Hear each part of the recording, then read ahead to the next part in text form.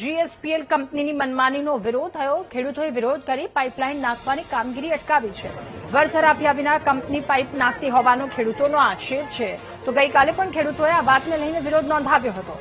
ગઈકાલે ખેતરમાં બેનરો લગાવી ખેડૂતોએ વિરોધ કર્યો।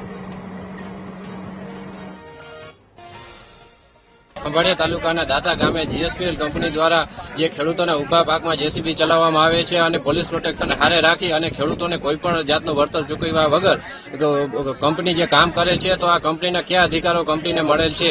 જે ખેડૂતોને પોતાના પાકમાં પોતાની પરવાનગી વિના કોઈ પણ જાતની નોટિસ આપ્યા વગર જે ખેડૂતોને જે ખેતરનો ઉભો પાક તમે જોઈ શકો છો, આમ જે બે અઢી મહિનાની જે મગફળી છે તેના ઉપર ચોમાસામાં પણ આવી રીતે કંપની દ્વારા તાનાશાહી કરવામાં આવે છે। અને જે આપ જોઈ શકો છો, દેવભૂમિ દ્વારકાના તમામ ખેડૂતોને આહવાન કરવામાં આવે છે કે તમે ખેડૂતો સાથે જોડાઓ અને ખેડૂતોનો હકનું જે માગે છે, જે ખેડૂત પોતાની વળતર માગે છે એના સાથે સહમત રહ્યો અને ખેડૂતોને વધારેમાં વધારે વળતર કેવી રીતે મળે એના માટે અમે આજે GSPL દ્વારા દાતા ગામે કામ બંધ કરવામાં આવે છે।